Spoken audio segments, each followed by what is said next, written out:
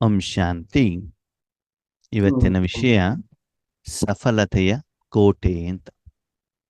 ಸರಿ, ಸಫಲತೆ ಅಂತಂದ್ರೆ ಏನು?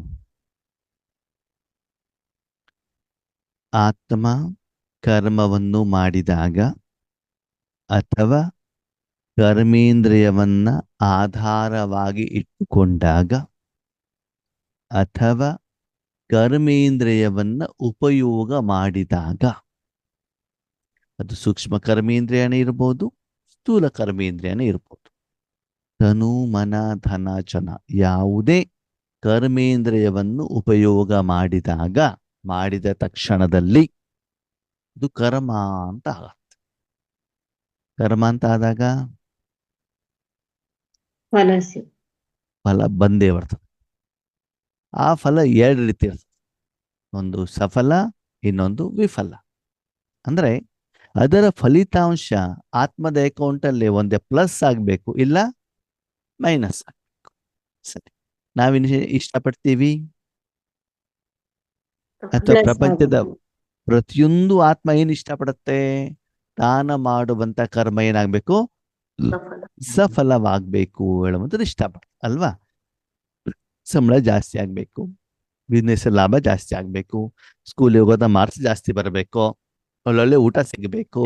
ಅಂದ್ರೆ ಆತ್ಮನಿಗೆ ಸಂಬಂಧಪಟ್ಟಂತ ಖುಷಿ, ಸಂತೋಷ, ಆನಂದ, ನೆಮ್ಮದಿ, ಪ್ರೀತಿ ಸಿಗಬೇಕು.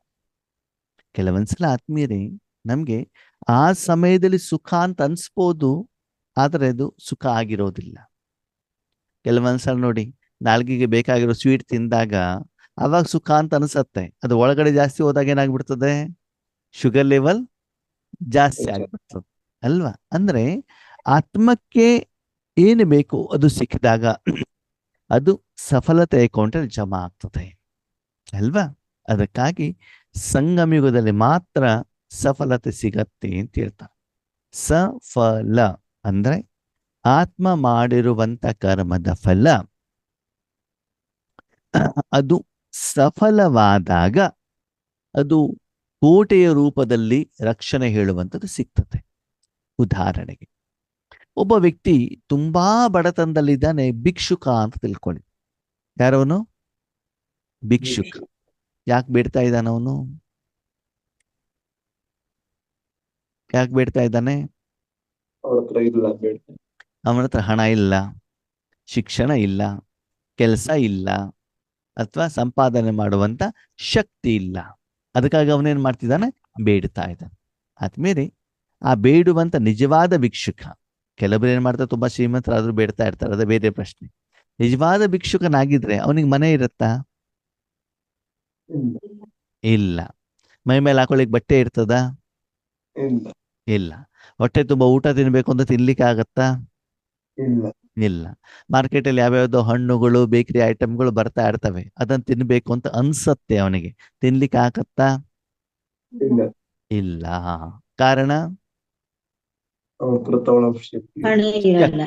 ಹಣ ಇಲ್ಲ. ಓಕೆ, ಆವಾಗ ಅವನೇನು ಸುಖವನ್ನ ಅನುಭವಿಸಬೇಕು ಅವನ ಹತ್ರ ಆಗೋದಿಲ್ಲ. ಆವಾಗ ಜೀವನದಲ್ಲಿ ನಡೆಯುವಂತ ಪ್ರತಿಯೊಂದು ಘಟನಾವಳಿಗಳು ಅವನಿಗೆ ಅಸಫಲತೆಯ ಅನುಭವ ಆಗತ್ತೆ ಆತ್ಮೀಯರೇ ಅಲ್ವಾ? ಮಳೆ ಬಂದಾಗ ತುಂಬಾ ಚಳಿಯ ಅನುಭವ ಆಗ್ತದೆ, ಸೆಕೆ ಆದಾಗ ತುಂಬಾ ಬಿಸಿಯ ಅನುಭವ ಆಗ್ತದೆ, ರೋಡಲ್ಲಿ ಹೋಗ್ಬೇಕಾದ್ರೆ ವೆಹಿಕಲಿನ ಕಸ ಧೂಳು ಅವನ ಮೇಲೆ ಬೀಳುತ್ತದೆ. ಅದರ ಪ್ರಭಾವ ಅವನ ಮೇಲೆ ಬೀಳುತ್ತದೆ. ಕಾರಣ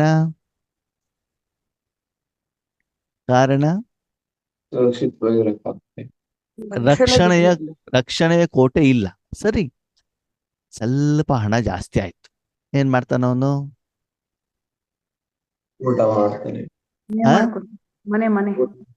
ಮನೆಗೆ ಆಮೇಲೆ ಫಸ್ಟ್ ಕಾಲಿಗೆ ಚಪ್ಪಲಿ ಹಾಕೊಳ್ತಾನೆ. ಮನೆ ಸಿಗುವಷ್ಟು ದುಡ್ಡು ಆಗ್ಲಿಲ್ಲ ಅವನು. ಅವಾಗ ಸ್ವಲ್ಪ ಹಣ ಸಿಗಿದಾಗ ಕಾಲಿಗೆ ಒಂದು ಚಪ್ಪಲಿ ಹಾಕೊಂಡಾಗ ಏನಾಗ್ತದೆ? ಈ ಮೊದಲು ಅವನು ಖಾಲಿ ಕಾಲಲ್ಲಿ ನಡೆದಾಗ ಕಾಲಿಗೆ ಮುಳ್ಳು, ಕಲ್ಲು, ಗ್ಲಾಸು, ಬಿಸಿ, ತಂಪು ಏನು ತಾಕ್ತಿತ್ತು, ಅದರಿಂದ ಅವನಿಗೆ ರಕ್ಷಣೆ ಸಿಗ್ತದೆ. ರೈಟ್? ಓಕೆ. ಇನ್ನೂ ಸ್ವಲ್ಪ ಹಣ ಜಾಸ್ತಿ ಆದಾಗ ಒಳ್ಳೆ ಬಟ್ಟೆ ಹಾಕೊಳ್ತಾನೆ. ಹರಿದೋಗಿರೋ ಬಟ್ಟೆ ಹಾಕೊಂಡಾಗ ಏನಾಗ್ತದೆ ಹೇಳಿ? ಚಳಿ, ಮಳೆ, ಬಿಸಿಲು ಡೈರೆಕ್ಟ್ ಆಗಿ ಚರ್ಮಕ್ಕೆ ಎಫೆಕ್ಟ್ ಆಗ್ತದಲ್ಲ. ಬಟ್ಟೆ ಹಾಕೊಂಡಾಗ ಏನಾಗ್ತದೆ? ಅಲ್ಲಿ ಸ್ವಲ್ಪ ರಕ್ಷಣೆ ಸಿಗ್ತದೆ. ಹಾ, ಇನ್ ಸ್ವಲ್ಪ ಹಣ ಸಿಕ್ಕಿದಾಗ ಏನ್ ಮಾಡ್ತಾನೆ? ಚೆನ್ನಾಗಿರೋ ಊಟ ತಿನ್ಲಿಕ್ಕೆ ಶುರು ಮಾಡ್ತಾನೆ. ಇನ್ನು ಸ್ವಲ್ಪ ಹಣ ಸಿಕ್ಕಿದಾಗ ಏನ್ ಮಾಡ್ತಾನೆ? ಏನ್ ಮಾಡ್ತಾನೆ? ಬಾಡಿಗೆ ಮನೆ ತಗೊಳ್ತಾನೆ ಅಲ್ವಾ? ಹಾ, ಬಾಡಿಗೆ ರೂಮ್ ತಗೊಂಡಾಗ ಏನಾಗತ್ತೆ? ಅವನಿಗೆ 4 ಗೋಡೆ ಎಳೆದವನಿಗೆ ಏನ್ ಸಿಗ್ತಾ ಹೋಗ್ತದೆ? ರಕ್ಷಣೆ ಸಿಗ್ತದೆ. ಓಕೆ. ಹಾ, ಅಲ್ಲಿ ಬಾಡಿಗೆ ಮನೆ ಚಾಪೆ ಮೇಲೆ ಮಲ್ಕೊಳ್ತಾ ಇರ್ತಾನೆ. ಸ್ವಲ್ಪ ಹಣ ಜಾಸ್ತಿ ಆದಾಗ ಹಾಸಿಗೆ, ಹಾಸಿಗೆ, ಇನ್ನೂ ಸ್ವಲ್ಪ ಹಾಸಿಗೆ ಹಣ ಜಾಸ್ತಿ ಆದಾಗ ಕಾಟು, ಮಂಚ ಅಲ್ವಾ? ಇನ್ನೂ ಸ್ವಲ್ಪ ಹಣ ಜಾಸ್ತಿ ಆದಾಗ ಫ್ಯಾನು. ಸರಿನಾ? ಎ ಸಿ ತಗೊಳ್ಳೋ ಮೊದಲು ಸ್ವಂತ ಮನೆಗೆ ಸರಿ. ಆಮೇಲೆ ಇನ್ನೂ ಸ್ವಲ್ಪ ಹಣ ಜಾಸ್ತಿ ಆದಾಗ ಸೈಕಲ್ಲು ಅಲ್ವಾ? ಇನ್ನೂ ಸ್ವಲ್ಪ ಹಣ ಜಾಸ್ತಿ ಆದಾಗ 2 ವೀಲರು. ಇನ್ನೂ ಸ್ವಲ್ಪ ಹಣ ಜಾಸ್ತಿ ಆದಾಗ ಸ್ವಂತ ಮನೆ. ಇನ್ನೂ ಸ್ವಲ್ಪ ಹಣ ಜಾಸ್ತಿ ಆದಾಗ ಮದುವೆ. ಇನ್ನೂ ಸ್ವಲ್ಪ ಜಾಸ್ತಿ ಆದಾಗ ಮಕ್ಕಳು ಅಲ್ವಾ? ಹೀಗೆ ಅವನ ಜೀವನದಲ್ಲಿ ಸಫಲತೆ ಬರ್ತಾ ಹೋದಾಗ ರಕ್ಷಣೆ ಹೇಳುವಂಥದ್ದು ಅವನಿಗೆ ಏನಾಗ್ತಾ ಹೋಗ್ತದೆ? ಸಿಗ್ತಾ ಹೋಗ್ತದೆ ಅಲ್ವಾ? ಬಟ್ಟೆಯ ಮೂಲಕ, ಆಹಾರದ ಮೂಲಕ, ಮನೆಯ ಮೂಲಕ, ಪರಿವಾರದವರ ಮೂಲಕ ಅವನಿಗೆ ರಕ್ಷಣೆ ಹೇಳುವಂತ ಸಿಗ್ತಾ ಹೋಗ್ತದೆ. ಸರಿ, ಅಂತ ಸಂದರ್ಭದಲ್ಲಿ ಒಂದು ಕಾಯಿಲೆ ಬಂದ್ಬಿಡ್ತು, ಆವಾಗ ಏನಾಗ್ಬಿಡ್ತದೆ? ಅಸಫಲತೆ. ಎಲ್ಲ ಬಿಸ್ನೆಸ್ ಎಲ್ಲ ಹಣ ಹಾಕಿಡ್ತಾರೆ, ಬಿಸ್ನೆಸ್ ಲಾಸ್ ಆಗ್ಬಿಡ್ತದೆ, ಆವಾಗ ಅಸಫಲತೆ. ಅಸಫಲತೆ. ಆವಾಗ ಆತ್ಮೀಯರೇ, ಅಸಫಲತೆ ಸುಖ ಕೊಡುತ್ತೋ ದುಃಖ ಕೊಡುತ್ತೋ? ದುಃಖ ಕೊಡುತ್ತೆ ಅಲ್ವಾ? ರಾಜರು ಕೂಡ ದೊಡ್ಡ ಕೋಟೆಯನ್ನು ಕಟ್ಕೊಳ್ತಿದ್ರು. ಯಾಕೆ? ರಕ್ಷಣೆಗಾಗಿ.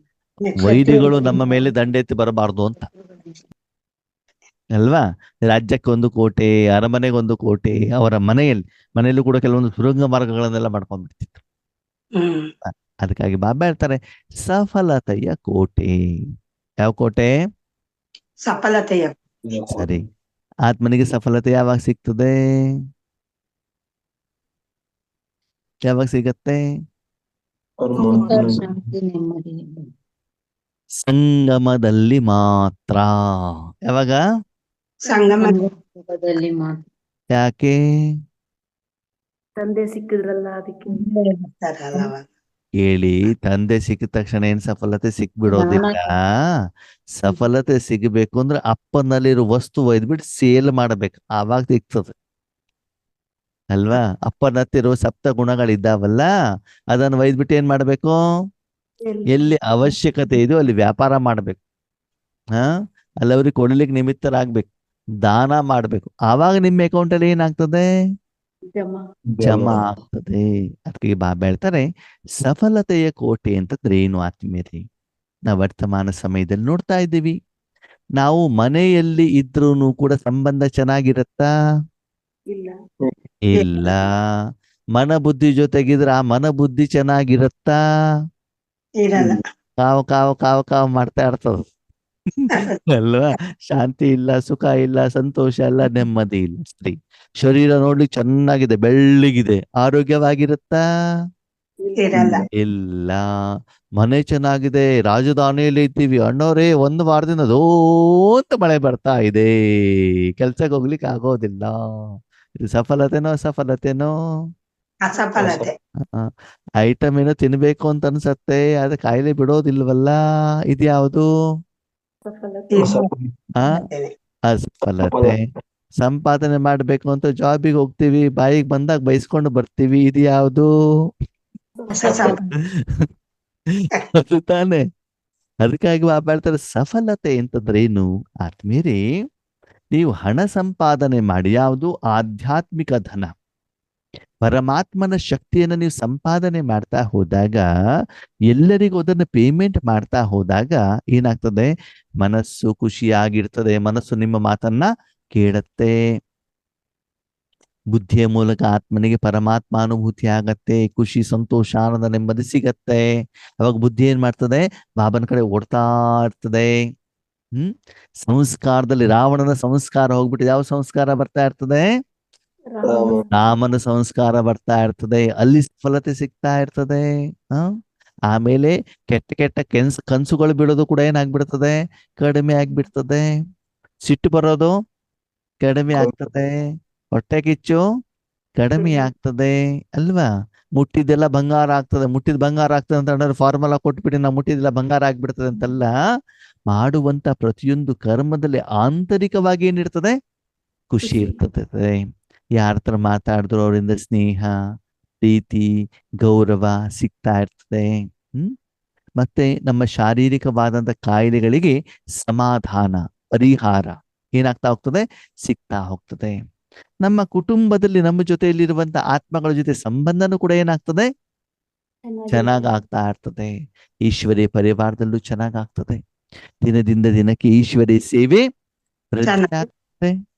ನಿಮ್ಮನ್ನ ಪುನಃ ಪುನಃ ಭಗವಂತ ಈಶ್ವರಿಯ ಕಾರ್ಯಕ್ಕೆ ಏನ್ ಮಾಡ್ತಾ ಹೋಗ್ತಾರೆ, ಉಪಯೋಗ ಮಾಡ್ಕೊಡ್ತಾ ಹೋಗ್ತಾರೆ. ಸ್ಥೂಲ ಧನನೂ ಕೂಡ ಏನಾಗ್ತಾ ಹೋಗ್ತದೆ, ಹೆಚ್ಚಿಗೆ ಆಗ್ತಾ ಹೋಗ್ತದೆ. ಮನೆಯಲ್ಲಿ ಇರುವಂತಹ ಒಂದು ಕೆಟ್ಟ ವಿಷ ಜಂತುಗಳು, ಹೇಗೆ ನೀವು ಮನೆಯನ್ನ ಹೊಸ ಮನೆ ಮಾಡಿದಾಗ, ಕ್ಲೀನ್ ಮಾಡಿದಾಗ ಇಲಿಗಳು, ಹೆಗ್ಗಣಗಳು, ಹಲ್ಲಿಗಳು, ಜಿರ್ಲೆಗಳು ಎಲ್ಲ ಏನಾಗ್ತವೆ, ಕಡಿಮೆ ಆಗ್ತಾ ಹೋಗ್ತಾನೆ. ಹಾಗೆ ಮನಸ್ಸಿನಲ್ಲೂ ಕೂಡ ಆ ದುಷ್ಟ ಶಕ್ತಿಗಳು ಹೊರಗಡೆ ಹೋಗ್ತವೆ ಮತ್ತು ಯೋಗದಿಂದ ಅದರ ಸಂಸ್ಕಾರವಾಗಿರ್ತದೆ. ಆಮೇಲೆ ಸಂಕಲ್ಪದಲ್ಲಿ, ಯೋಚನೆಯಲ್ಲಿ, ಚಿಂತನೆಯಲ್ಲಿ, ಕರ್ಮದಲ್ಲಿ ಎಲ್ಲಿ ಹೋದನು ಕೂಡ ನಿಮ್ಗೆ ಏನ್ ಸಿಗ್ತಾ ಹೋಗ್ತದೆ, ಸಫಲತೆ. ಅದಕ್ಕೆ ಬಾಬಾ ಹೇಳ್ತಾರೆ, ಮಕ್ಕಳೇ ನಿಮ್ ಸುತ್ತಲೂ ನೋಡ್ಕೊಳ್ಳಿ, ಸಫಲತೆ ಕೋಟೆ ಕಟ್ಕೊಂಡಿದ್ದೀರೋ, ಅಸಫಲತೆ ಕೋಟೆ ಕಟ್ಕೊಂಡಿದ್ದೀರೋ. ಬಾಬಾ ಸಫಲತೆ ಕೋಟೆ ಅಂತಂದ್ರೆ ಏನು, ಅಸಫಲತೆ ಕೋಟೆ ಅಂತಂದ್ರೆ ಏನು ಹೇಳಿ ನೋಡೋಣ. ಸಫಲತೆ ಕೋಟೆ ಯಾವುದು, ಅಸಫಲತೆ ಕೋಟೆ ಯಾವುದು ಅಂತ. ಖುಷಿ ಕೊಡೋದು ಸಫಲತೆ, ದುಃಖ ಕೊಡೋದು ಸಫಲತೆ. ಅದು ಕರ್ಮದ ಫಲ. ಕೋಟೆ ಹೇಳಿ, ಕೋಟೆ ಹೇಳೋದೊಂದು ಸಾಧನ, ಹೌದಾ? ಆ ಸಾಧನದಿಂದ ನನಗೆ ರಕ್ಷಣೆ ಸಿಗ್ತದೆ. ಯಾವ ಸಾಧನವನ್ನು ನಾನು ನನ್ನದನ್ನಾಗಿ ಮಾಡಿಕೊಂಡಾಗ ನನಗೆ ಸಫಲತೆ ಸಿಕ್ತಾಗ, ಯಾವುದನ್ನು ಮಾಡಿಕೊಂಡಾಗ ಅಸಫಲತೆ ಸಿಗ್ತದೆ. ಈಶ್ವರಿ ಕಾರ್ಯ ಪರಮಾತ್ಮನ ಶಕ್ತಿಯನ್ನು, ಕೋಟೆಯನ್ನು ಮಾಡ್ಕೊಂಡ್ರೆ ಸಫಲತೆ. ಸರಿ, ಅಸಫಲತೆ ಯಾವುದು? ಅದೇ ಅದಿಲ್ಲ ಅಂದಾಗ ಅಸಫಲತೆ. ದುಃಖ, ಶಾಂತಿ. ಸರಿ, ದುಃಖ ರಾಮನ ಕೋಟೆ ಮಾಡ್ಕೊಂಡ್ರೆ ಅಸಫಲತೆ. ಈಗ ನಾನು ನನ್ನ ರಕ್ಷಣೆಗೆ ದೊಡ್ಡ ಬಿಲ್ಡಿಂಗ್ ಕಟ್ಕೊಳ್ಳೋದು, ಸರಿನಾ, ಕಂಪೌಂಡ್ ಹಾಕೊಳ್ಳೋದು, ದೊಡ್ಡ ಗೇಟು, ಒಳಗಡೆ ನಾಯಿ ಇಲ್ದಿದ್ದು ನಾಯಿ ಇದೆ ಅಂತ ಎಚ್ಚರಿಕೆಯಿಂದ ಬೋರ್ಡ್ ಹಾಕೋದು. ಇದರಿಂದ ಸಫಲತೆ ಸಿಗತ್ತೋ ಸಿಗಲ್ವೋ? ಸಿಗೋದಿಲ್ಲ. ಪ್ರತಿದಿನ ಒಂದು 25,000 ರೂಪಾಯಿ ರೇಷ್ಮೆ ಸೀರೆ ಬಿಡೋದು, ಸಫಲತೆ ಸಿಗತ್ತೋ ಸಿಗಲ್ವೋ? ಸಿಗೋದಿಲ್ಲ. ಮನೆ ಫಳ ಫಳ ಫಳ ಫಳ ಹೊಳಿಬೇಕು ಅಂತ ಮಾರ್ಬಲ್ಸೇ ತಂದು ಹಾಕೋದು, ಖಾಲಿ ಚಪ್ಪಲಿಯಲ್ಲಿ ಓಡಾಡೋದು, ಅಂದ್ರೆ ಖಾಲಿ ಚಪ್ಪಲಿ ಅಂದ್ರೆ ಚಪ್ಪಲಿ ಹಾಕದೆ ಓಡಾಡೋದು ಮನೆಯಲ್ಲಿ, ಅವಾಗ ಸಫಲತೆ ಸಿಗ್ತದೋ ಸಿಗಲ್ವೋ? ಸಿಗ್ತದೆ. ಮಂಡಿ ನೋವು, ಬೆನ್ನೋವು, ಸೊಂಟ ನೋವು, ಸಫಲತೆನೇ ಸಿಗಲ್ಲ. ಹೌದಾ? ಸರಿ. ಸಫಲತೆ ಸಿಗಬೇಕು ಅಂತ ಮದುವೆ ಆಗೋದು,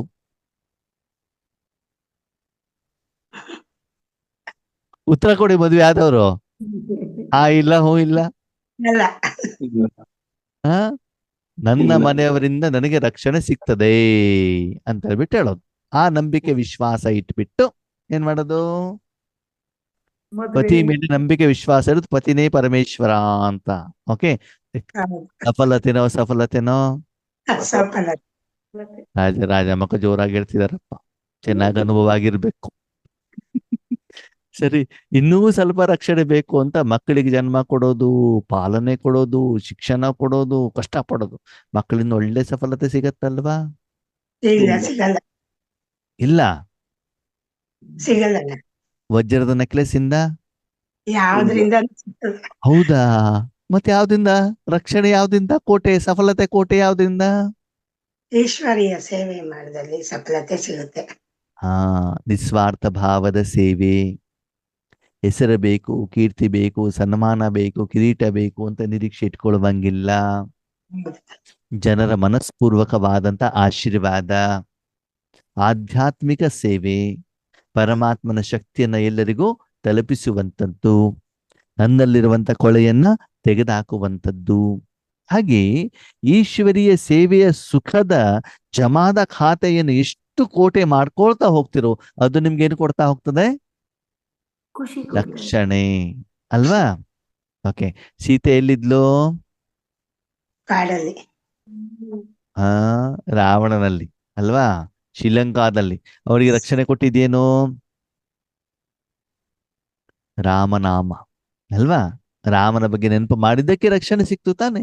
ಹಾಗೆ ಆತ್ಮೀಯರೇ, ವರ್ತಮಾನ ಸಮಯದಲ್ಲಿ ಹಣ ಆಗ್ಲಿ, ಅಂತಸ್ತಾಗ್ಲಿ, ಅಧಿಕಾರ ಆಗ್ಲಿ, ಶರೀರ ಆಗ್ಲಿ, ಜನ ಆಗ್ಲಿ, ಇದು ಯಾವುದು ಕೂಡ ನೀವು ಮಾಡಿರುವಂತ ಕರ್ಮದ ಲೆಕ್ಕಾಚಾರಕ್ಕೆ ನಿಮ್ಗೆ ರಕ್ಷಣೆ ಕೊಡಲಿಕ್ಕೆ ಸಾಧ್ಯವಿಲ್ಲ.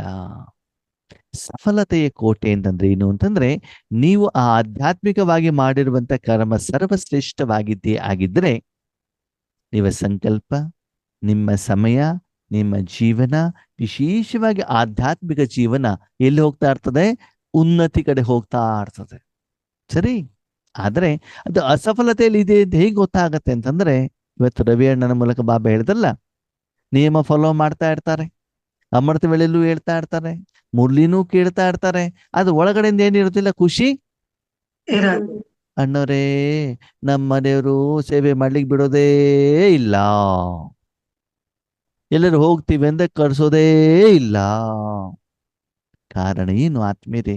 ನನ್ನಲ್ಲೇನು ಕಡಿಮೆತನ ಇರ್ತದೆ, ಕೊರತೆ ಇರ್ತದೆ, ಅದನ್ನು ನಾನು ಒಪ್ಕೊಳ್ಳಿಕ್ಕೆ ರೆಡಿ ಇರೋದಿಲ್ಲ, ನನ್ನನ್ನು ನಾನು ಚೇಂಜ್ ಮಾಡ್ಕೊಳ್ಳಿಕ್ಕೆ ರೆಡಿ ಇರೋದಿಲ್ಲ. ಡಾಕ್ಟರ್ ಹೇಳ್ತಾರೆ, ನೋಡ್ರಿ ನಿಮ್ಗೆ ಶುಗರ್ ಲೆವೆಲ್ ಜಾಸ್ತಿ ಆಗ್ಬಿಡೆ, ಸಕ್ಕರೆ ತಿನ್ಬೇಡಿ ಅಂತ. ಯಾವಾಗ ತಿನ್ಬೇಡಿ ಅಂತ ಹೇಳ್ತಾರೋ ಅದನ್ನೇ ತಿನ್ಬೇಕು ಅಂತ ಅನಿಸ್ತಾ ಇರ್ತದೆ ಹೌದು. ಅಲ್ವಾ? ಅವಾಗ ಅವ್ರ ಮಾತು ಹೇಳಿದ ಮೇಲೂ ನಾನು ಕೇಳದೆ ತಿಂದ್ರೆ ಶುಗರ್ ಜಾಸ್ತಿ ಆಗತ್ತೋ ಆಗಲ್ವೋ? ಆಗುತ್ತೆ. ಹಾಗೆ ಆದ್ಮೇಲೆ ನಾವು ಎಲ್ಲ ನಿಯಮವನ್ನ ಫಾಲೋ ಮಾಡ್ತಾ ಇದ್ರು ಕೂಡ ಎಲ್ಲೋ ಒಂದ್ ಕಡೆಗೆ ನಾನು ಹೇಳುವಂತ ಅಭಿಮಾನ, ಅಹಂಕಾರ, ನಾನು ಸರಿ. ಯಾರು ಸರಿ? ನಾನ್ ಸರಿ. ಎಷ್ಟರ ಮಟ್ಟಿಗೆ? ಎಷ್ಟರ ಮಟ್ಟಿಗೆ? ಸೆಂಟರ್ ಟೀಚರ್ ಸರಿ ಇಲ್ಲ, ನಾನು ಸರಿ. ಎಲ್ಲಿವರೆಗೆಂದ್ರೆ ಬ್ರಹ್ಮ ಬಾಬಾನೂ ಸರಿ ಇಲ್ಲ, ಶಿವಬಾಬಾನೂ ಸರಿ ಇಲ್ಲ. ಯಾರು ಸರಿ? ನಾನು ಸರಿ. ಈ ನಾನು ಅಂತ ಬರ್ತದೆ ನೋಡಿ, ಅದೇ ಸರಿಯಾಗಿ ತಲೆ ಹೊಡಿತದೆ. ಹೌದು. ಆ ಅಹಂಕಾರ, ಅಭಿಮಾನ ಯಾವಾಗ ಅಲ್ಲಿ ನಿಮ್ಮಲ್ಲಿ ಪರಿವರ್ತನೆ ಆಗೋದಿಲ್ಲೋ ಅದರ ಪರಿಣಾಮನೇ ಸಂಬಂಧದಲ್ಲಿ ಅಸಫಲತೆ. ಮನೆಯಲ್ಲಿರೋರು ಮಾತು ಕೇಳೋದಿಲ್ಲ, ಮನಸ್ಸು ಮಾತು ಕೇಳೋದಿಲ್ಲ. ಮೊದಲು ನಿಮ್ಮ ಮನಸ್ಸು ಬುದ್ಧಿ ಬಾಬನಲ್ಲಿ ಇರೋದಿಲ್ಲ, ಈಶ್ವರ್ಯ ಸುಖವನ್ನ ಅನುಭವ ಮಾಡಲಿಕ್ಕೆ ಆಗೋದಿಲ್ಲ ಅಲ್ವಾ? ಸೀತೆಗೆ ರಾಮ ಮತ್ತು ಲಕ್ಷ್ಮಣ ಎಷ್ಟು ಹೇಳ್ತಾರೆ, ಮೋಸ ಮೋಸ ಮೋಸ ಹೇಳಿದ್ರು ಕೂಡ ಸೀತೆ ಏನ್ ಮಾಡೋದಿಲ್ಲ, ಕೇಳೋದಿಲ್ಲ. ಕೇಳೋದಿಲ್ಲ. ಎಷ್ಟು ಒಂದು ದುಃಖದ ಮಾತು ಅಂತಂದ್ರೆ, ಬಾಬಾ ಮೊದಲಲ್ಲಿ ಹೇಳ್ತಾ ಹೋಗ್ತಾರೆ, ಮಗು ನಿನ್ನಲ್ಲಿ ಕಡಿಮೆತನ ಇದೆ, ಕಡಿಮೆತನ ಇದೆ, ಕಡಿಮೆ ಗೊತ್ತಾಗ್ತದೆ. ಗೊತ್ತಾದ ಮೇಲೂ ಕೂಡ ಅದನ್ನು ಸರಿ ಮಾಡ್ಕೊಳ್ಳಿಕ್ಕೆ ನಾವು ರೆಡಿ ಇಲ್ಲ. ಇರೋದಿಲ್ಲ. ಆವಾಗ ನಿಮ್ಮ ಸುತ್ತಮುತ್ತಲೂ ಕೂಡ ಅಸಫಲತೆಯ ಕೋಟೆ ಏನಿರ್ತದೆ. ಅಸಫಲತೆ. ಹಂಗಂದ್ರ ಅಣ್ಣವ್ರೆ ಸೆಂಟ್ರಲ್ಗೆ ಹೋದ್ರು ಒಕ್ಕರು ಬೈತಾರೆ, ಮನೇಲಿ ನಾಯಿನೂ ಕೂಡ ನಮ್ಮನೆ ನಾಯಿ ಭೋ ಭೋ ಭೋ ಭೋ ಭೋ ಅಂತಾನೆ ಇರ್ತದೆ, ಮನೆಯವರು ಬೈತಾ ಇರ್ತಾರೆ, ಕಾಯಿಲೆಗಳು ಗುಣನೇ ಆಗೋದಿಲ್ಲ ಅಣ್ಣವ್ರೆ, ಒಂದು ಮುಗಿದ್ರೊಳಗಡೆ ಇನ್ನೊಂದು ಕಾಯಿಲೆ ರೆಡಿ ಇರ್ತದೆ. ಮಕ್ಕಳ ಮಾತು ಕೇಳೋದಿಲ್ಲ, ಹಣಕಾಸಿನ ಸಮಸ್ಯೆ. ಇದು ಸಫಲತೆಯ ಕೋಟೆನೋ ಅಸಫಲತೆಯ ಕೋಟೆನೋ? ಅಸಫಲತೆ. ಕಾರಣ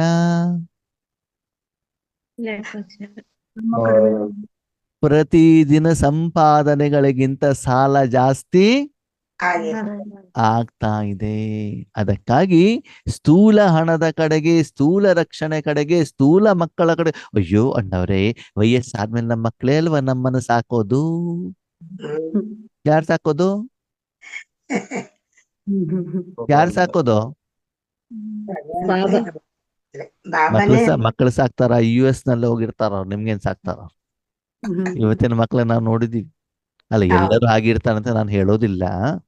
ಓಕೆ ಆದ್ಮೇಲೆ ನೀವು ಮಾಡಿರುವಂತ ಕರ್ಮದ ಫಲ ನಿಮ್ಮನ್ನ ರಕ್ಷಣೆ ಮಾಡತ್ತೆ ಬಿಟ್ರೆ ಬೇರೆ ಯಾರೂ ನಿಮ್ಮನ್ನ ರಕ್ಷಣೆ ಮಾಡ್ಲಿಕ್ಕೆ ಸಾಧ್ಯ ಇಲ್ಲ. ಒಂದು ಭಗವಂತ ಮತ್ತು ಮಾಡಿರುವಂತ ಈಶ್ವರಿಯ ಸೇವೆ. ಹೌದು ಅದು ಮಾತ್ರ ನಿಮಗೆ ರಕ್ಷಣೆಯನ್ನ ಕೊಡುತ್ತೆ. ಹಾಗಂದ್ರೆ ಮಕ್ಕಳು ಸಾಕೋದಿಲ್ಲ ಅಂತ ಮಕ್ಕಳನ್ನು ಹೊರಗಡೆ ಹಾಕಿ ಅವ್ರಿಗೆ ಪಾಲನೆ ಮಾಡಬೇಡಿ ಅಂತ ಬಾಬಾ ಏನು ಹೇಳಲಿಲ್ಲ. ನಿಮ್ಮ ಜವಾಬ್ದಾರಿನ ನಿರ್ವಹಣೆ ಮಾಡಿ, ಆದ್ರೆ ಅವರು ರಕ್ಷಣೆ ಮಾಡ್ತಾ ಅಂತ ಅದರ ಮೇಲೆ ಅವಲಂಬನೆ ಇಟ್ಕೊಬಾರ್ದು. ಆದ್ಮೇಲೆ ನಿಮಗೊಂದು ಪ್ರಶ್ನೆ, ಸತ್ಯ ಉತ್ತರ ಹೇಳ್ಬೇಕು, ಸುಳ್ಳು ಹೇಳ್ಬಾರ್ದು. ಏನು ಗೊತ್ತಾ, ನಿಮ್ಮ ಮಕ್ಕಳು ಸಾಕ್ತಾರೆ ನಿಮ್ಮನ್ನಂತ ನಿಮ್ದು ಎಲ್ಲ ಆಸ್ತಿ ಮಕ್ಕಳಿಗೆ ಬರ್ಕೊಟ್ಬಿಡೋದು. ಮಕ್ಕಳು ಸಾಕ್ತಾರೋ ಸಾಕಲ್ವೋ? ಸಾಕಲ್ಲ. ಆಗ್ತದ?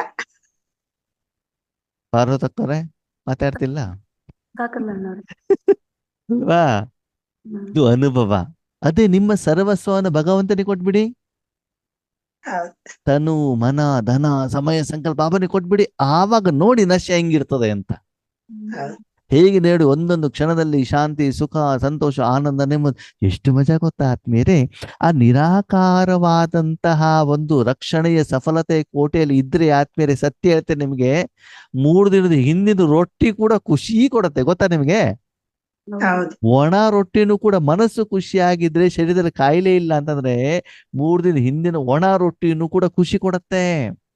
ಅದೇ ಶರೀರದಲ್ಲಿ ಕಾಯಿಲೆಗಳು, ನೋವುಗಳು, ಸಂಬಂಧಗಳು ಚೆನ್ನಾಗಿಲ್ಲ ಅಂತಂದ್ರೆ 36 ವೆರೈಟಿಯ ಮೃಷ್ಟಾನ್ನ ಭೋಜನ ಬೇಕಾದ್ರೂ ಸಿಗಲಿ, ಮೈ ಮೇಲೆ ಕೆಜಿ ಗಟ್ಟಲೆ ಬಂಗಾರ ಇರ್ಲಿ, ಏನೂ ಪ್ರಯೋಜನ ಇಲ್ಲ. ಒಂದೊಂದು ಸೆಕೆಂಡಲ್ಲಿ ಅಸಫಲತೆ ಹೇಳೋದನ್ನ ನಿಮ್ಗೆ ತುಳಿತಾ ಇರ್ತದೆ. ಜೀವಂತ ಸಮಾಧಿ ಆಗಿರ್ತೀರಿ. ಏನಾಗಿರ್ತೀರಿ? ಜೀವಂತ ಸಮಾಧಿ ಆಗೋದು. ಕೆಳಗಡೆ ತುಳಿತಾ ಇರ್ತದ ನಿಮ್ಮನ್ನ ಭೂಮಿ ಕಡೆಗೆ. ಯಾಕಪ್ಪ ಬದುಕಬೇಕು ಭಗವಂತ ಅಂತ ಅನಿಸುತ್ತೆ.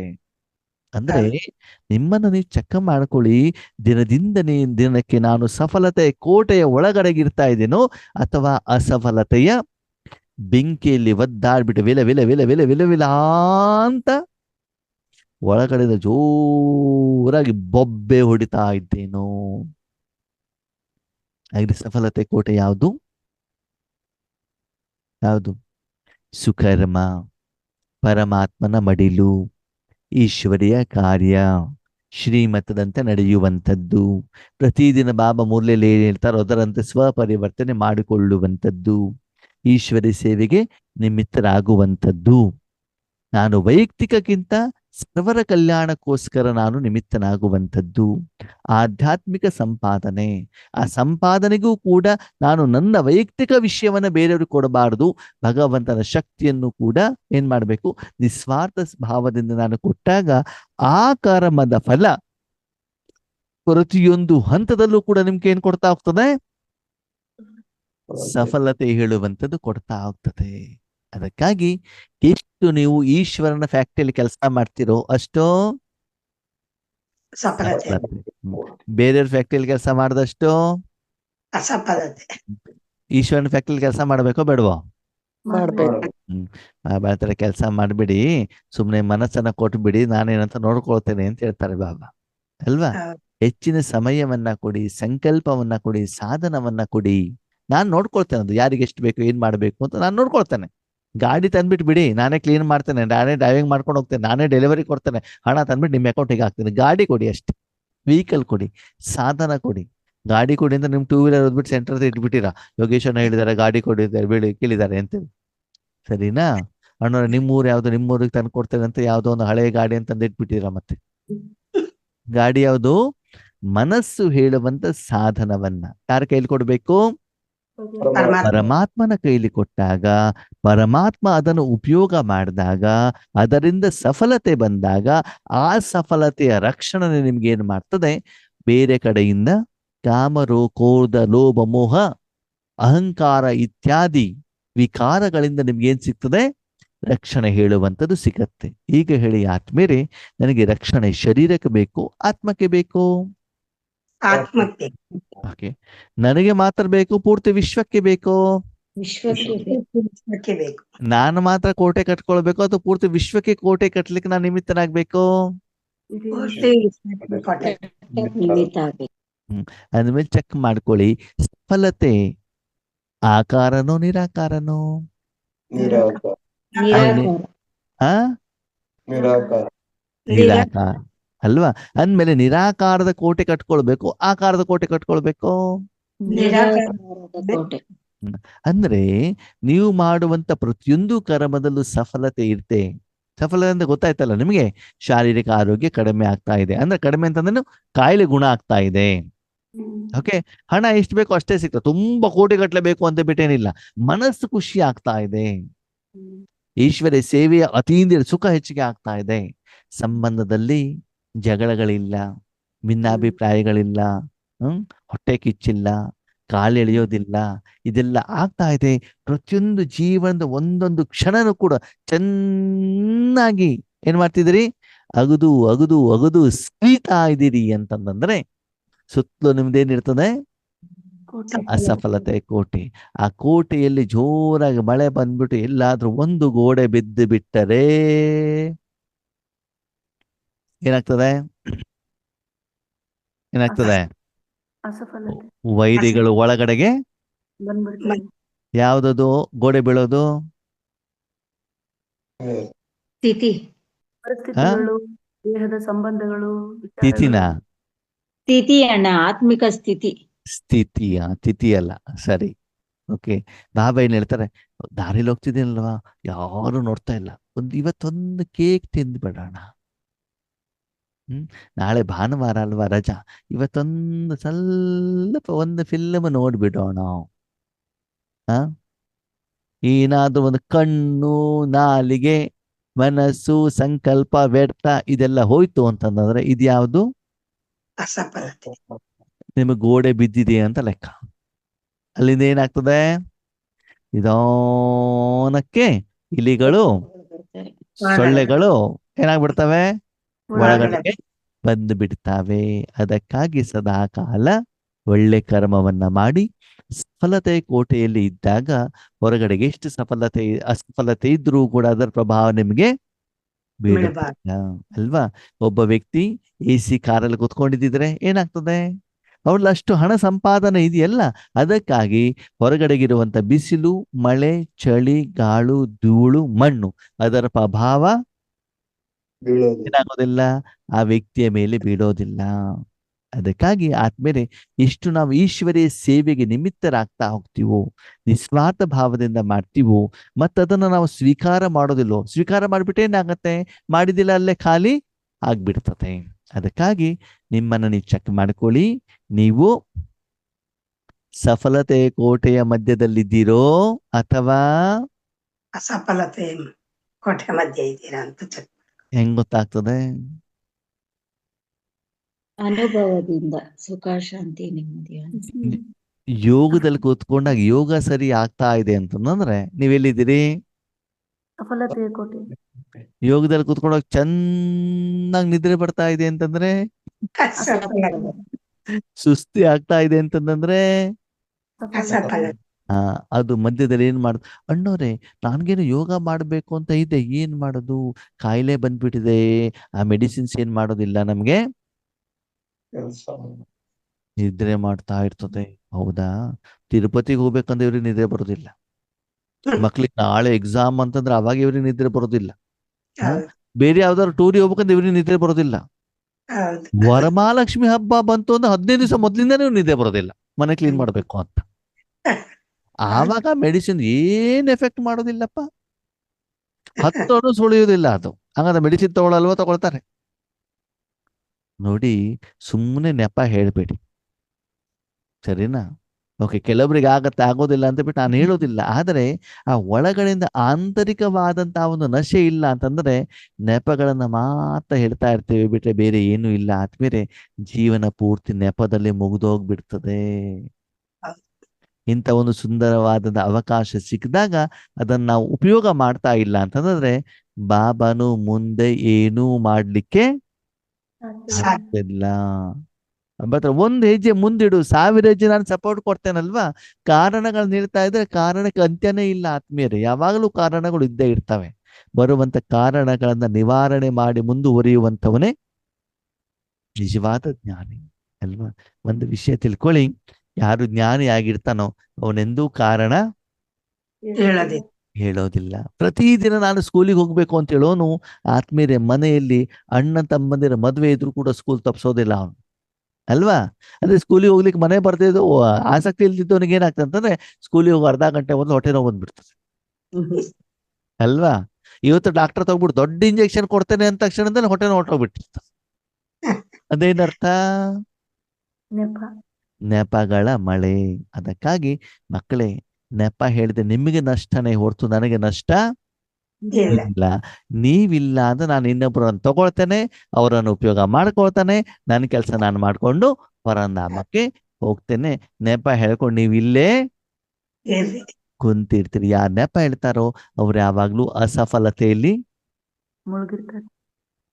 ಅದಕ್ಕಾಗಿ ಯಾರು ಹೆಚ್ಚಿಗೆ ಕಂಪ್ಲೇಂಟ್ ಮಾಡ್ತಾರಲ್ಲ, ಏನಂತ? ಅಸಫಲತೆ ಮಾಡ್ತದೆ. ನಮ್ಮ ಮನೆಯವ್ರು ಸರಿ ಇಲ್ಲ, ಸೆಂಟರ್ ಟೀಚರ್ ಸರಿ ಇಲ್ಲ, ಎಲ್ಲರಿಗಿಂತ ಮುಖ್ಯವಾಗಿ ಯಾರು ಸರಿ ಇಲ್ಲ? ನಾನು ಆ ನಾನೇ ಇಲ್ಲಪ್ಪ, ಯೋಗೇಶ್ ಅಣ್ಣನೇ ಸರಿ ಇಲ್ಲ. ಯಾವಾಗ ನೋಡುದು ನಾವ್ ಏನ್ ತಪ್ಪು ಮಾಡ್ತೇವೆ ಅದನ್ನೇ ಹೇಳ್ತಿರ್ತಾರ. ಅವ್ರಿಗೆ ಬೇರೆ ಕೆಲ್ಸನೇ ಇಲ್ಲ, ಅದನ್ನೇ ಹೇಳ್ತಾರ. ಅವ್ರು ಸರಿಯಾಗಿ ಅದೇ ಹೇಳ್ತಾರೆ. ಅವ್ರು ಸರಿ ಇಲ್ಲ. ಯಾರು ಸರಿ ಇದ್ದೇನೆ? ನಾನ್ ಸರಿ. ಆನ ಮಾತ ಕರೆಕ್ಟಪ್ಪ. ಹ್ಮ್. ಅಲ್ರಿ, ನೀವ್ ಸರಿ ಇದ್ರೆ ಹಾಡ್ತಾ ಇರ್ಬೇಕಿತ್ತಲ್ವಾ ಖುಷಿಯಿಂದ. ಮಸ್ತಾಗಿರ್ತವೆ. ಯಾಕೆ ಗೊಳೋ ಅಂತ ಒಳಗಡೆಯಿಂದ ಅಳ್ತಾ ಇದ್ದೀರಿ? ಹೌದು. ಅದರಿಂದ ತಾನೇ ಗೊತ್ತಾಗ್ತದೆ ಸಫಲತೆನೋ ಅಸಫಲತೆನೋ ಅಂತ. ಒಳಗಡೆಯಿಂದ ಖುಷಿ ಇದ್ದೀರಾ ಈಶ್ವರ್ಯ ಸುಖದಿಂದ, ನೀವು ಸರಿ ಇದ್ದೀರಿ. ನೀವು ಬೇರೆ ಯಾರ ಸರ್ಟಿಫಿಕೇಟು ಬೇಡ. ಹೌದು. ಇಷ್ಟು ವರ್ಷ ಆಯ್ತು ಮನೇಲಿ ಸುಖನೇ ಇಲ್ಲ, ನೆಮ್ಮದಿನೇ ಇಲ್ಲ, ಶಾಂತಿನೇ ಇಲ್ಲ. ಯಾಕಿಲ್ಲ? ಯಾಕಿಲ್ಲ? ಸ್ತ್ರೀಯಾದ ವಿಧಿಯ ಪ್ರಕಾರ ನಮ್ಮ ಈಶ್ವರ್ಯ ಜೀವನ ಹೋಗ್ತಾ ಇಲ್ಲ. ಅದಕ್ಕಾಗಿ ನಿರೀಕ್ಷಿತ ಪ್ರಮಾಣದ ಸಫಲತೆ ಆಗ್ತಾ ಇಲ್ಲ, ಸಂಪಾದನೆ ಆಗ್ತಾ ಇಲ್ಲ. ಒಂದ್ ಕಡೆ ಸಂಪಾದನೆ ಆಗ್ತಾ ಇದ್ದು, ಇನ್ನೊಂದ್ ಕಡೆ ವಿಕರ್ಮ ಆಗ್ತಾ ಇದೆ. ಸಂಪಾದನೆ ಮಾಡಿದ್ದೆಲ್ಲ ಅದು ಕೊಚ್ಕೊಂಡು ಹೋಗ್ತಾ ಇದೆ. ಅದಕ್ಕಾಗಿ ಸಫಲತೆ ಸಿಗ್ತಾ ಇಲ್ಲ. ಅದಕ್ಕಾಗಿ ಆದ್ಮೇಲೆ ನಿಮ್ ಸುತ್ತಮುತ್ತಲು ಯಾವ ಕೋಟೆ ಕಟ್ಕೊಳ್ಳಿ? ಸಫಲತೆಯ ಕೋಟೆಯನ್ನ ಕಟ್ಕೊಂಡು ಅದರಲ್ಲಿ ಸಂಗಮ ಯುಗದಲ್ಲಿ ಮಸ್ತಾಗಿದೆ. ಅದಕ್ಕೆ ಎಷ್ಟು ಬಾಬನ್ ಜೊತೆಗೆ ರಕ್ಷಣೆಯ ಕೋಟೆಯಲ್ಲಿ ಇರ್ತಿರೋ, ಈಶ್ವರ್ಯ ಸೇವೆಯಲ್ಲಿ ನಿಮಿತ್ತರಾಗ್ತಿರೋ ಅಷ್ಟು ಸಫಲತೆ ಇರ್ತದೆ. ಇಷ್ಟು ದೇಹದಾರಿಗಳು, ರಾವಣ, ಇಂದ್ರಿಯ ಸುಖ, ವಿಕಾರದ ಜೊತೆಗೆ ಇರ್ತಿರೋ ನೋಡ್ಲಿಕ್ಕೆ ಮಾತ್ರ ಸುಂದರವಾಗಿರ್ತದೆ. ಆತ್ಮೀಯರೇ, ಅಸಫಲತೆ ಇರ್ತದೆ. ಕೊನೆಯ ಮಾತು, ಎಸಿಯಲ್ಲಿ ಇದ್ದರೆ ನಿಮ್ಮ ಶರೀರದ ಆರೋಗ್ಯ ಚೆನ್ನಾಗಿರ್ತದೋ ಅಥವಾ ಮಣ್ಣಿನ ನೆಲೆ, ಹೆಂಚಿನ ಮನೆ, ಮಣ್ಣಿನ ಗೋಡೆ ಇದ್ರೆ ಆರೋಗ್ಯ ಚೆನ್ನಾಗಿರ್ತದೋ? ಮಣ್ಣಿನ ಗೋಡೆ ಇದ್ರೆ ಆರೋಗ್ಯ ಚೆನ್ನಾಗಿರ್ತದೆ. ಎಸಿಯಲ್ಲಿ ಇರಲ್ಲ, ಇರೋದಿಲ್ಲ. ಬಿಸ್ಲರಿ ವಾಟರ್ ಅನ್ನ ಫ್ರಿಜ್ ನಲ್ಲಿ ಇಟ್ಬಿಟ್ಟು ತಣ್ಣಗೆ ಮಾಡ್ಕೊಂಡು ಕುಡಿದ್ರೆ ಚೆನ್ನಾಗಿರ್ತದೋ, ಬಾವಿಯ ನೀರನ್ನ ಸೇದು ಬಿಟ್ಟು ಕುಡಿದ್ರೆ ಚೆನ್ನಾಗಿರ್ತದೋ? ಕೊಡೋದ್ರಿಂದ ಚೆನ್ನಾಗಿರಲ್ಲ. ಅದ್ರ ನಾವೇನ್ ಮಾಡ್ತಿದ್ದೀವಿ? ಬಿಸಿ ನೀರನ್ನು ಫ್ರಿಡ್ಜಲ್ಲಿ 20 ರೂಪಾಯಿ ಕೊಟ್ಟು ಬಿಸ್ಲರಿ ವಾಟರ್ ತಗೊಂಡು ಫ್ರಿಜ್ ನಲ್ಲಿ ಇಟ್ಟು ತಂಪು ಮಾಡಿ ಕುಡಿತೀವಿ. ನಾಲ್ಗೆ ಹೆಂಗಿರ್ತದೆ? ತಂಪು. ಒಳಗಡೆ ಹೋದ್ಮೇಲೆ ಬೆಂಕಿಯನ್ನೆಲ್ಲ ಏನ್ ಮಾಡ್ಬಿಡ್ತದ? ಅದು ನನ್ಸಿ ಬಿಡ್ತದ ಅಲ್ವಾ? ನನ್ಸಿದಾಗ ಏನಾಗುತ್ತೆ? ಒಳಗಡೆ ತಿಂದಿರೋ ಆಹಾರ ಏನಾಗೋದಿಲ್ಲ, ಜೀರ್ಣನೇ ಆಗೋದಿಲ್ಲ. ನಿಧಾನ ಕಾಯಿಲೆಗಳು ಏನಾಗ್ತವೆ? ಆರಂಭ ಆಗ್ತವೆ. ಅದಕ್ಕಾಗಿ ಇಂದ್ರಿಯ ಸುಖ ಆ ಸಮಯದಲ್ಲಿ ನಿಮ್ಗೆ ಸುಖ ಅಂತ ಅನ್ಸತ್ತೆ ಆದ್ಮೇಲೆ ಅದು ನಿಜವಾದ ಸುಖ ಅಲ್ಲ. ಅದೇನೋ ಮೋಸ, ವಂಚನೆ, ದೋಖ ಅಂತ ಹೇಳ್ತಾರೆ ಅಲ್ವಾ? ಅದಕ್ಕಾಗಿ ತನು, ಧನ, ಚನ ಇದರ ಬಗ್ಗೆ ಗಮನ ಕೊಡೋದ್ರ ಬದಲು ನಿರಾಕಾರವಾದಂತ ಸಪ್ತ ಗುಣಗಳ ಕಡೆ ಗಮನ ಕೊಡ್ತಾ ಹೋಗಿ, ಈಶ್ವರ್ಯ ಸೇವೆ ಮಾಡಿ ನಿಮಿತ್ತನಾಗ್ತಾ ಹೋಗಿ, ಆ ಕರ್ಮದ ಫಲ ನಿಮ್ಗೆ ಏನ್ ಮಾಡ್ತಾರೆ? ಸಫಲತೆಯ ರೂಪದಲ್ಲಿ ರಕ್ಷಣೆಯನ್ನ ಕೊಡತ್ತೆ. ಓಕೆ, ಬರೀ ಸಫಲತೆ ಅಲ್ಲ, ಸಫಲತೆ ಏನ್ ಮಾಡ್ಬೇಕು ನೀವು? ಕೋಟೆಯನ್ನ ಕಟ್ಟಿಕೊಂಡು ಅದರ ಒಳಗಡೆಗೆ ಜೀವನವನ್ನ ಮಾಡ್ಬೇಕು. ಎಲ್ಲಿ ಹೋದ್ರು ಲೌಕಿಕದಲ್ಲೂ ಸಫಲತೆ. ಈ ರೀತಿ ಎಲ್ಲ ಈಶ್ವರಿಕೆ ವ್ಯಾಖ್ಯಾನದಲ್ಲಿದ್ದಾಗ ನನ್ನ ಸಫಲತೆ, ಲೌಕಿಕದಲ್ಲಿ ಜಗಳ ಮಾಡೋದು ಹಿಂಗ್ ಮಾಡ್ಬೇಕಾ? ಸಫಲತೆ ಎಲ್ಲಿರ್ಬೇಕು? ಆಫೀಸಲ್ಲಾದ್ರೂ ಹೋಗಿ, ಲೌಕಿಕದಲ್ಲಾದ್ರೂ ಹೋಗಿ. ಶಾರೀರಿಕ ಕಾಯಿಲೆ ವಿಷಯ ಬರ್ಬೋದು. ಮಕ್ಕಳೇ, ಆತ್ಮೀಯರೇ, ಕಾಯಿಲೆ ಬರ್ತದೆ, ಬರೋದಿಲ್ಲ ಅಂತ ಕರ್ಮದ ಲೆಕ್ಕಾಚಾರ. ಅದಕ್ಕೆ ತಕ್ಕಾಗ ಏನ್ ಸಿಗ್ತದೆ? ಪರಿಹಾರ. ಸಮಸ್ಯೆ ಬರ್ತಾವೆ, ಅದಕ್ಕೆ ತಕ್ಕಾಗ ಏನ್ ಸಿಗ್ಬೇಕು? ಪರಿಹಾರ. ವಿಘ್ನಗಳು ಬರ್ತಾವೆ, ಅದಕ್ಕೆ ತಕ್ಕಾಗ ಹೇಗ್ ಸಿಗಬೇಕು? ಪರಿಹಾರ. ಯಾವುದರಿಂದ? ವಿಘ್ನಗಳಿಂದ, ಆತ್ಮಿಕ ಸಂಪಾದನೆಯಿಂದ. ಪರಿಹಾರ ಮಾಡ್ಬೇಕಂದ್ರೆ ಕೊಡ್ಬೇಕಲ್ಲ ಪೇಮೆಂಟ್. ಎಷ್ಟು ಆಧ್ಯಾತ್ಮಿಕ ಸಂಪಾದನೆ ಮಾಡ್ತಾ ಹೋಗ್ತೀರೋ ಅಷ್ಟು ಏನಾಗ್ತಾ ಹೋಗ್ತದೆ, ಪೇಮೆಂಟ್ ಆದಾಗ ಅದು ನಿಮ್ಗೆ ಸಮಸ್ಯೆ, ಕಷ್ಟ, ತೊಂದರೆ, ವಿಘ್ನ, ಪರಿಸ್ಥಿತಿ ಅಂತ ಅನ್ಸೋದಿಲ್ಲ. ನಿಮ್ ಜೋಬಲ್ ದುಡ್ಡು ಇದೆಯಪ್ಪ, ಇಲ್ಲ ಒಂದು ಕೊಡಬೇಕು ಅಂತ ಹೇಳ್ತಿದ್ರೆ ಕೊಟ್ಟೆ, ವಿಷಯ ಮುಗೀತಲ್ವಾ. ಹಣ ಇಲ್ಲ ಅಂತಂದಾಗ ಏನಾಗತ್ತೆ, ಸಮಸ್ಯೆ ಹಿಡುವಂತದ್ದು ಬರುತ್ತೆ. ಅದಕ್ಕೆ ಪ್ರತಿದಿನ ಎಷ್ಟು ಸಂಪಾದನೆ ಮಾಡ್ತಿದ್ರಿ ಅಂತ ನಿಮ್ಮನ್ನ ನೀವೇನ್ ಮಾಡ್ಕೊಳ್ಳಿ. ಚೆಕ್ ಚೆಕ್ ಮಾಡ್ಕೊ. ಯಾವ ಸಂಪಾದನೆ? ಆತ್ಮಿಕ ಆತ್ಮಿಕ ಸಂಪಾದನೆ. ಓಕೆ, ಅಚ್ಚಾ, ಓಂ ಶಾಂತಿ.